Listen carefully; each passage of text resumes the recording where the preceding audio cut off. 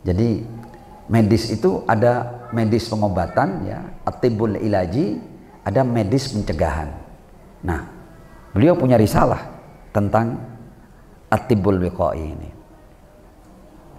Dan menurut orang-orang yang pakar di bidang at-tibb dan di bidang kedokteran, dikatakan bahwa manusia modern itu baru mengenal at-tibbul wiqai di abad 19 dan abad ke-20. Padahal Al-Imam Ali ibn Musa ar-Ridha alaihissalam sudah berbicara tentang at-tibbul wiqai berapa abad sebelum yang ditemukan sekarang ini. Di dunia pemikiran, di dunia filsafat, karena memang manusia itu, kalau kita mau mengarahkan manusia kemana, kita harus tundukkan dulu akalnya, nalarnya, logikanya, pemikirannya.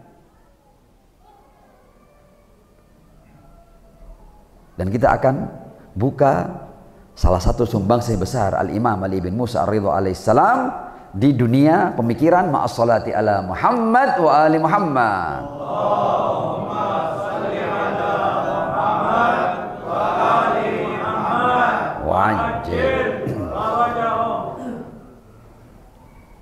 Kita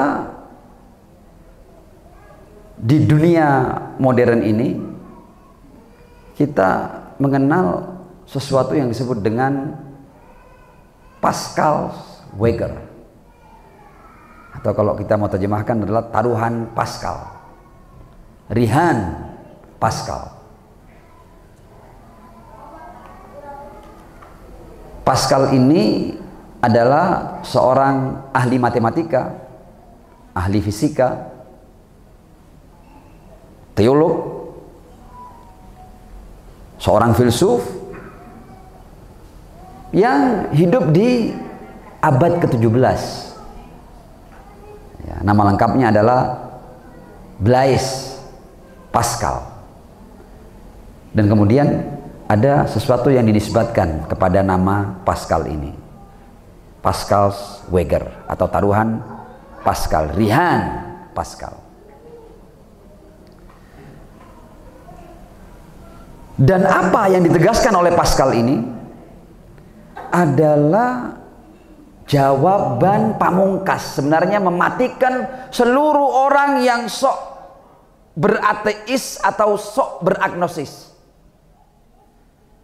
Jadi membabat habis akar ateisme dan akar agnosisme yang sekarang ini sedang melanda dunia. Ya, sekarang ini kan ada gelombang kan, ya kita yakinlah bahwa gelombang ini tidak akan bertahan lama, pastilah arusnya akan berhenti, ya, mengarah kepada ateisme, kepada tidak percaya kepada Tuhan, atau seandainya tidak percaya pada agama, menjadi agnostik, menganggap tidak penting agama ini. Apa ini hal-hal yang kaitannya dengan agama, dengan Tuhan, dianggap sesuatu yang kuno. Nah, di abad 17 Pascal itu menyampaikan yang disebut dengan taruhan Pascal ini, yang membungkam semua orang yang sok berbicara tentang ateisme ataupun agnosisme. Kata Pascal, orang yang berpikir waras itu orang yang berusaha untuk menggaranti dirinya 100%, menggaranti dirinya itu 100%, ya. Kita ambil contoh ya. Orang yang punya pikiran yang waras, ketika kemudian dia katakanlah ini mau mendaki gunung umumnya ya. Kalau jalan ini jalan yang sudah dijalani banyak orang, Anda pasti akan sampai di puncak. Durasinya sekian, dan kemudian tempat-tempat pemberhentiannya ini, sumber airnya di sini, di situ. Ini jalan, kalau Anda jalan di sini, Anda pasti akan sampai ke puncak. Tapi kalau Anda mau jalan yang itu jalan yang tidak menjamin Anda sampai ke puncak. Ya. Karena jalan itu tidak biasa dijalani orang, kemudian sumber airnya tidak ada banyak binatang buas. Anda rawan untuk tersasar karena jalan tidak sering dijalani banyak orang. Ketika ada para pendaki pemula yang hendak mendaki dan dihadapkan padanya, ini jalan Anda pasti sampai ke puncak. Kalau ini 50-50 atau 70-30, Anda tidak pasti sampai ke puncak karena tantangannya, rintangannya banyak. Anda bisa tersesat, Anda bisa kehausan, bisa macam-macam. Jadi kalau ada jalan yang pasti dan jalan yang masih 50-50, orang akan pilih yang mana? Pastilah orang akan memilih jalan yang pasti. Itu akal sehat begitu.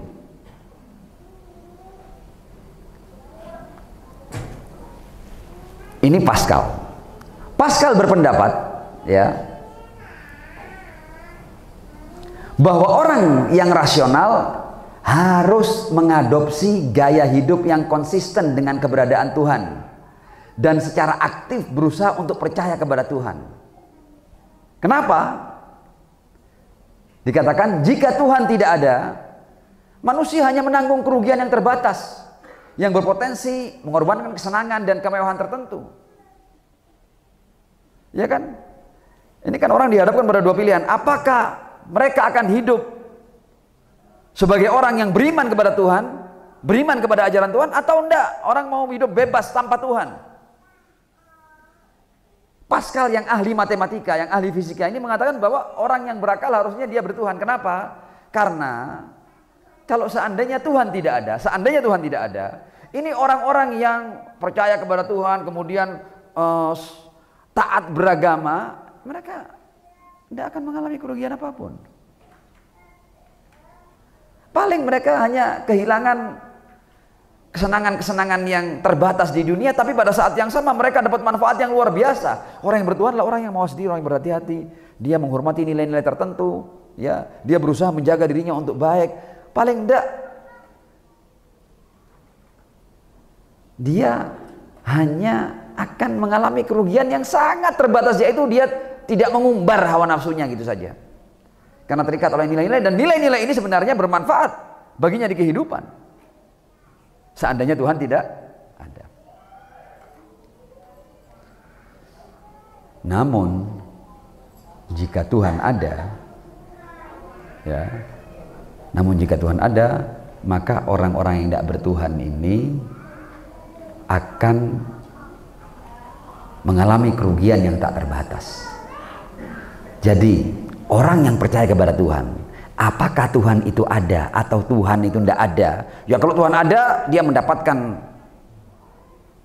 keberuntungan yang tak terbatas. Tapi kalau Tuhan tidak ada, dia tidak rugi.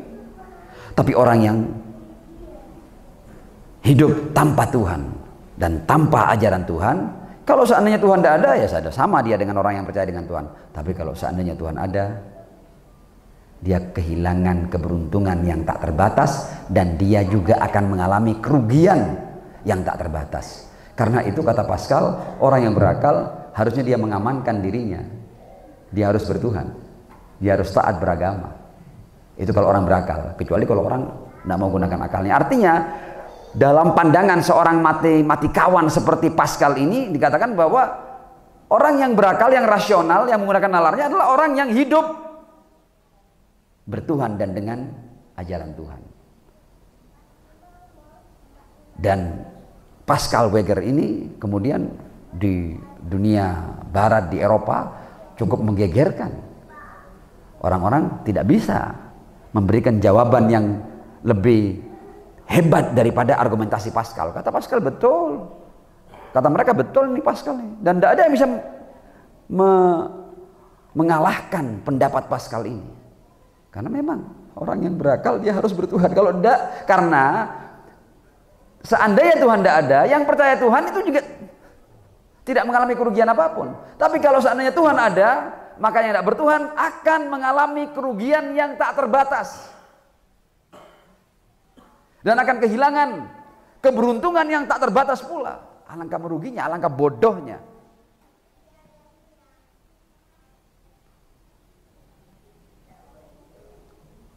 Apa kaitan ini dengan Al-Imam Ali bin Musa Ar-Ridha? Kita akan lihat apakah argumentasi ini betul-betul milik Pascal. Kita lihat. Ternyata ini Pascal itu kan hidup di sekitar abad 17 dan 18 ya. Beliau lahir pada 1623 Masehi ya, dan sebenarnya tidak panjang usianya, dia hidup di abad 17 ini ya. Lahir dan mati di abad 17. Dia meninggal pada 1662.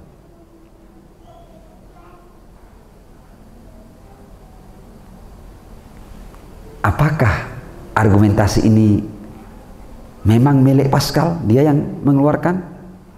Dia tidak mengambil dari sumber manapun? Kita lihat.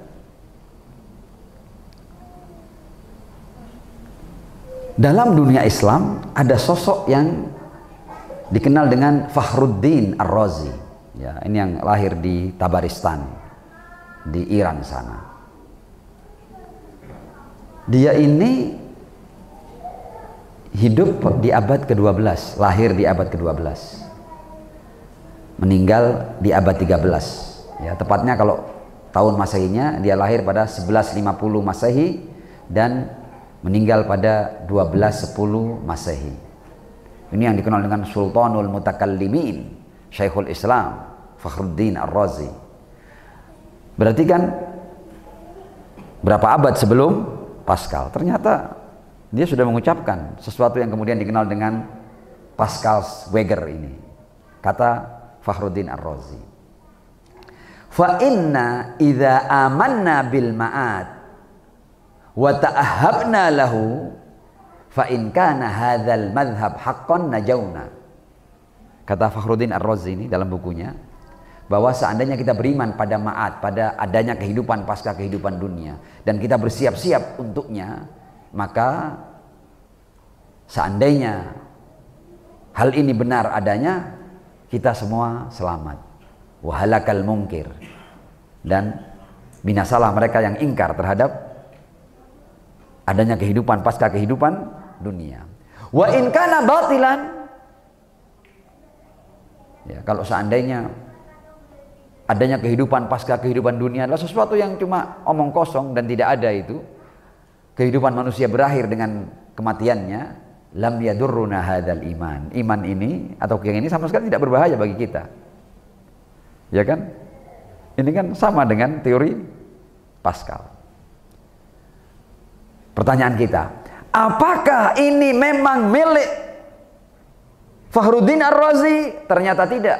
Karena Fakhruddin Ar-Razi dalam bukunya itu dia mengutip puisi dari Abul Ala Al-Ma'arri yang jauh hidup sebelum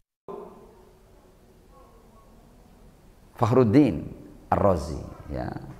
Kalau Abul Ala Al-Ma'arri ini dia lahir pada 973 Masehi dan wafat pada 1057 Masehi, lebih dulu daripada Fakhruddin Ar-Razi. Malah dia sudah sesuatu yang disebut dengan teori Pascal ini sudah dipuisikan oleh Abul Ala Al-Ma'arri. Dia berkata, qala al-munajjimu wat-tabibu kilahuma. Ya. Munajjim dan tabib itu dua-duanya berkata, la tuhsyarul adsadu qultu ilaikuma, bahwa nanti tidak mungkin ini jasad-jasad yang sudah mati ini kemudian dibangkitkan lagi, tidak mungkin itu. La tuhsyarul adsad qultu ilaikuma, aku katakan, kata Abul Ala kepada Munajjim dan tabib, in sahha qaulukuma falastu bi khasiri. Kalau seandainya ucapan kalian benar, wahai munajjim, wahai tabib, aku tidak rugi. Keimananku tidak membuat aku rugi. Au sahha qauli fal khusaru alaikuma. Tapi kalau seandainya yang benar adalah keyakinanku, kerugian akan menimpa kalian, wahai kaum tabib dan kaum munajjim. Sekarang kita lihat, apakah teori ini memang asli milik Abul Ala Al-Ma'arri? Ternyata juga tidak. Teori ini jauh sudah kita temukan dalam ajaran Ahlul Bait alaihimussalam, dan diantaranya dalam pernyataan Al-Imam Ali Ar-Ridha alaihissalam, sallu ala Muhammad wa ali Muhammad.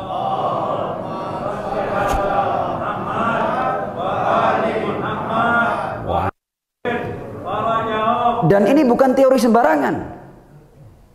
Ini adalah sesuatu yang menjadikan apakah seseorang itu hidup secara rasional atau hidup secara membuang akalnya. Orang yang menggunakan akalnya, dia pasti akan amankan jalannya 100%. Dia tidak mau 50-50, dia tidak mau spekulasi. Ketika ada jalan yang pasti menguntungkannya, manusia berakal pasti akan mengambil jalan yang menguntungkan itu. Kalau enggak, berarti dia sedang membodohi dirinya. Jadi ini bukan teori yang sederhana.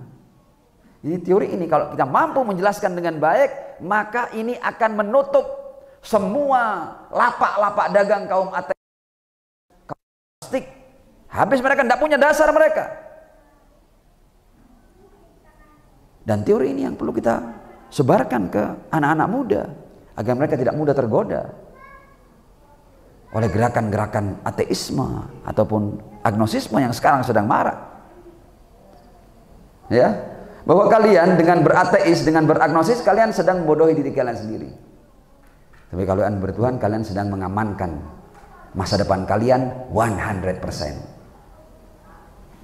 Kita lihat yang dari Al-Imam Ali ibn Musa Ar-Ridha, sekali lagi, ma'as salati ala Muhammad wa ali Muhammad. Allahumma salli ala Muhammad wa ali Muhammad wa ajil farajahum.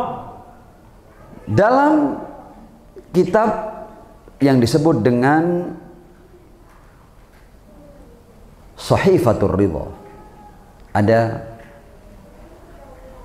dialog antara Al-Imam Ali bin Musa Ar-Ridha dengan seseorang dari kaum Zanadiqah. Saya bacakan saja untuk kemudian kita mengambil manfaat dari dialog yang luar biasa ini. Disebut, dakhala rajulun minaz Zanadiqah ala Abil Hasan alaihi salam wa indahu jamaah. Ada orang dari kaum zindik, ya. Zindik mungkin bisa diartikan orang-orang yang tidak percaya kepada Tuhan. Dan terjadilah dialog, apakah Tuhan itu ada atau Tuhan itu tidak ada, apakah ada kehidupan pasca kehidupan dunia atau tidak ada. Kita lihat ya, apakah teori itu betul-betul punya Pascal atau pada hakikatnya milik Ahlul Bait alaihimussalam. Al-Imam Ali bin Musa Ar-Ridha berkata seperti ini, ayyuhar rajul ara'aita in kana al-qawlu qawlakum wa laysa huwa kama taqulun alasna wa iyyakum syar'an sawa la yadurruna ma sallaina wa sumna wa zakkaina wa aqrarna. Hei laki-laki dari kelompok Zanadiqah, tidakkah kamu melihat bahwa seandainya yang benar itu adalah pendapatmu bahwa Tuhan tidak ada, dan sebenarnya bukan seperti yang kalian yakini, bukan seperti yang kau yakini, hanya kebenaran tidak seperti yang kau yakini. Kalau seandainya pendapatmu yang benar bahwa Tuhan tidak ada, berarti tidak ada kehidupan pasca kehidupan dunia. Bukankah kami dan kamu sama-sama aman? Tidak ada yang merugi. Kita sama-sama tidak rugi. Kita sholat, kita puasa, kita zakat, kita berikrar bahwa Tuhan itu ada, sama sekali tidak merugikan bagi kita. Seandainya memang Tuhan tidak ada, kita tidak rugi dengan apa yang kita lakukan itu. Fasakatar rajul, laki-laki dari kaum Zanadiqah itu tiba-tiba terdiam. Al-Imam Ali bin Musa Ar-Ridha melanjutkan, wa in kanal qawlu qaulana wa huwa kama naqul, tapi seandainya pendapat yang benar adalah pendapat kami dan itulah sebenarnya kebenaran. Alastum qad halaktum wa najauna, apakah kamu tidak binasa dan kami selamat?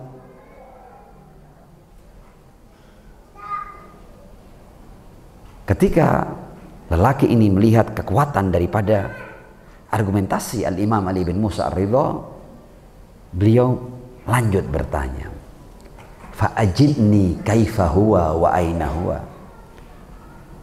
Kalau gitu tolong jelaskan padaku seperti apa dia, di mana dia. Al-Imam Ali bin Musa Ar-Ridha kemudian menjawab, innal ladzi dhahabta ilaihi ghalat. Ini pertanyaanmu, ya, bagaimana dia dan di mana dia, itu sudah salah. Kenapa? Dijelaskan oleh Al-Imam Ali bin Musa Ar-Ridha, huwa ayyanal ain bila ain. Dialah yang menciptakan di mana, dialah yang menciptakan tempat tanpa dia bergantung pada tempat. Wa kayyafal kaif, dialah yang menciptakan bagaimana atau kaif tanpa kaif. Wa la yu'rafu bil kaifufiyah, dia tidak bisa diketahui dengan bagaimana.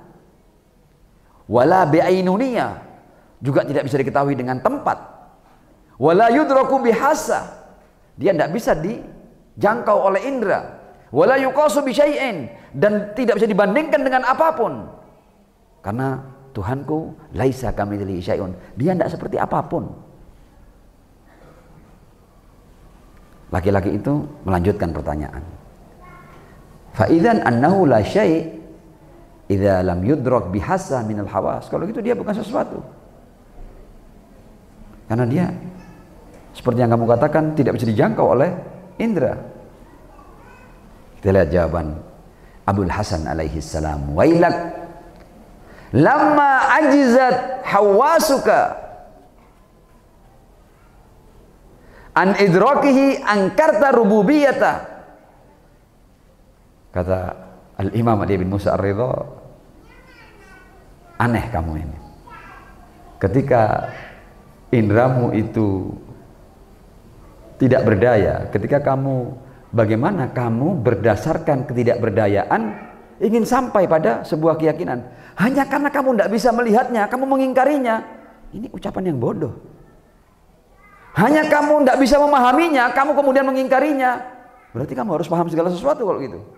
Oh, ini di dalamnya ada prinsip-prinsip filsafat yang luar biasa ya. Tidak mungkin kita jelaskan semuanya, tapi terima aja, ini kalimat-kalimat penuh berkah para imam akan terus berjalan dalam benak kita, dalam hati kita. Lamma ajizat hawasuk an idraki angkarta rububiyata, hanya karena kamu tidak paham, hanya karena kamu tidak bisa melihatnya, tidak bisa mengindranya, tidak bisa mensensasinya dengan indramu, kemudian kamu mengingkarinya. Alangkah bodohnya kamu. Wa nahnu idza ajizat hawasuna an idraki, tapi kami beda dengan kamu, kelas kami beda dengan kamu wahai rajul. Kami justru ketika indera kami tidak bisa menjangkaunya, justru kami meyakininya bahwa dia adalah Tuhan kami. Karena dia adalah yang maha luar biasa. Kalau dia bisa dilihat dengan mata, dia tak ubahnya seperti makhluk-makhluk lain. Hal biasa itu.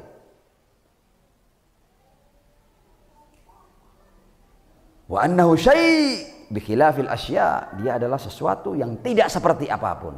Shallu ala Muhammad wa ali Muhammad. Allahumma shalli ala Muhammad wa ali Muhammad wa ajil farajahum. Dialog berlanjut. Faqala ar-rajul fa akhbirni matakan.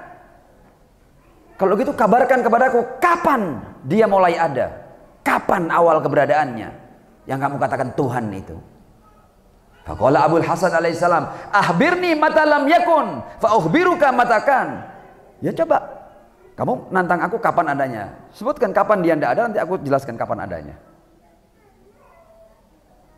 Ya kan?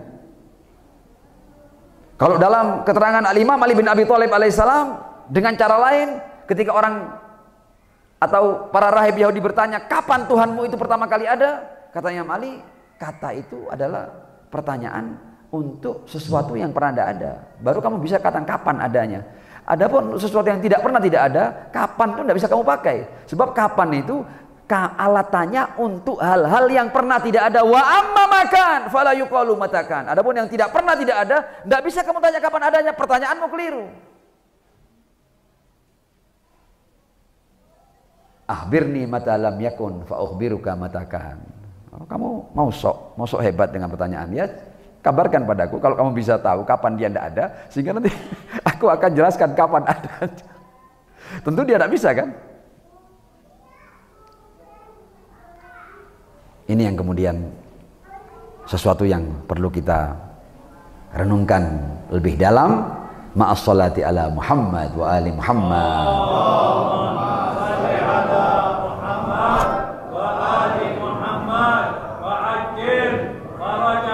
Faqala ar-rajul famad dalilu alai. Lalu jawaban-jawabanmu ini tetap aku akhirnya tidak paham. Apa dalil atas keberadaannya? Ini yang akan kita Ambil dari Al-Imam Ali bin Musa Ar-Ridha alaihissalam, inni lamma nadhartu ila jasadi. Kata Imam Ali bin Musa Ar-Ridha, aku ketika melihat ragaku, walam yumkinni fihi ziyada wala nuqsan fil ardi wat tul. Aku tidak mungkin terhadap jasadku ini, aku tidak bisa nambahin, tidak bisa kurangi. Ini sudah. Jadi bentukku, tubuhku, ya, bangunan ragaku ini adalah bangunan yang aku tidak terlibat sama sekali. Aku tidak bisa nambahin, tidak bisa kurangi. Aku tiba-tiba lahir, ya seperti ini. Ada jari, ada ruas-ruas jari, ada hidung, ya, ada rambut, ada pori-pori, ada semua ini. Dan memang kan, manusia itu ketika dia memahami tentang raganya, dia tidak terlibat sama sekali. Dia mendapatkan itu, ya sudah, ini dia dapatkan ini. Ya, apakah ada yang ikut mendesain warna matanya di antara kita ini? Ini rambut ini ada komposisinya kan? Ikut masukkan satu zat dalam rambut kita ini, ikut kita. Nah, ikut kita terima ini tanpa kita bisa melakukan apa-apa. Kita terima ini sebagaimana adanya. Inni lamma nadhartu ila jasadi wa lam yumkinni fihi ziyada wala nuqsan fil ardi wat tul.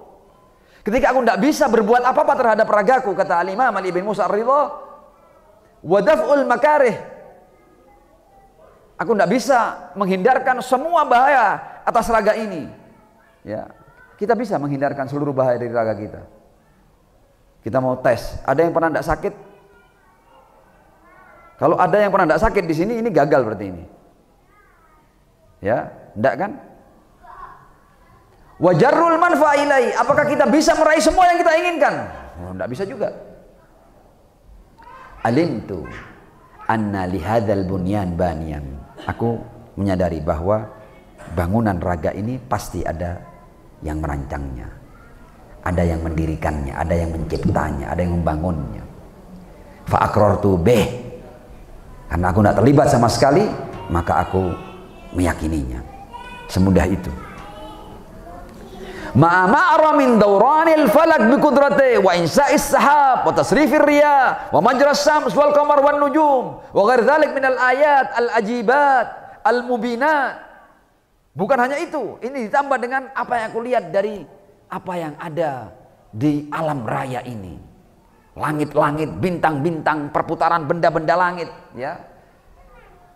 Terbitnya matahari, terbitnya bulan, bintang-bintang, dan bergeraknya angin, bergeraknya awan. Ya, dari semua ini adalah tanda-tanda yang sangat terang dan luar biasa. Alimtu anna lihadza muqaddiran wa munsyi'an. Tidak perlu orang cerdas, aku yakin bahwa pasti ada yang menentukan, ada yang mengaturnya ini. Ini sesuatu yang 2 tambah 2 4 sedemikian jelasnya. Hanya orang yang pandir, hanya orang yang gagal pikir saja yang kemudian meragukan bahwa di balik keberadaan yang luar biasa ini tidak ada yang menentukan dan mencipta.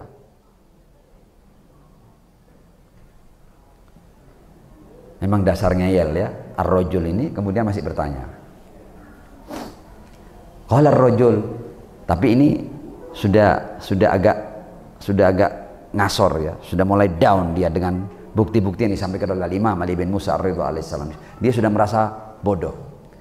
Dia bertanya, falima la tudrikuhu hasatul basar.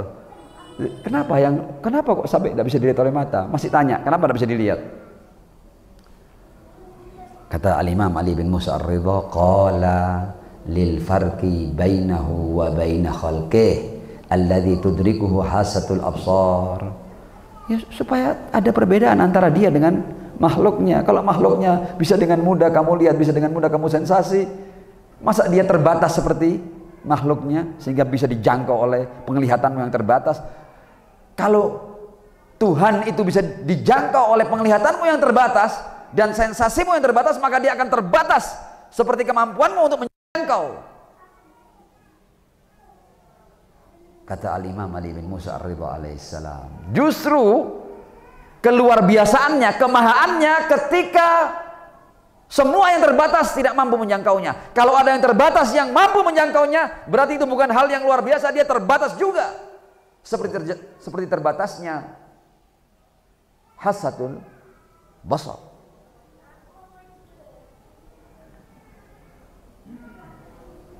Beliau alaihissalam melanjutkan, thumma huwa ajallu min an yudrikahu basar au yuhita bihi wahmun au yadbatahu aqlun. Yang aku kenalkan padamu tentang Tuhan ini adalah sesuatu yang lebih agung, lebih hebat dari kemampuan matamu untuk melihatnya, atau dari kemampuan wahammu untuk meliputinya. Jadi bahkan akalmu yang luar biasa itu pun tidak bisa menjangkaunya. Tidak ditangkap oleh nalar.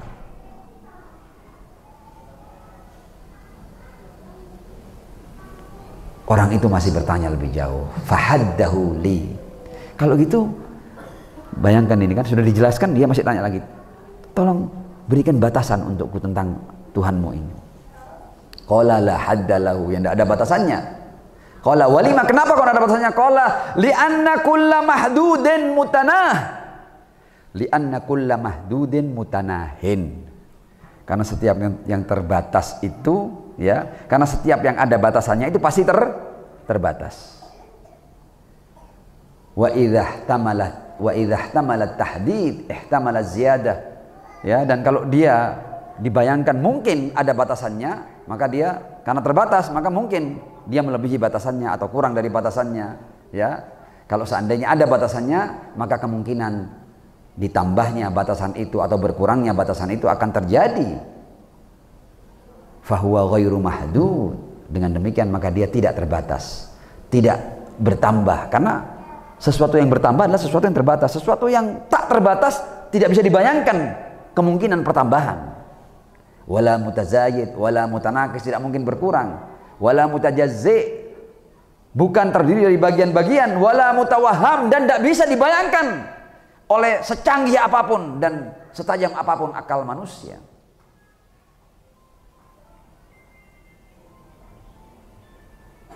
Al-Imam Ali ibn Musa ar-Ridha alaihissalam, sallu ala Muhammad wa ali Muhammad.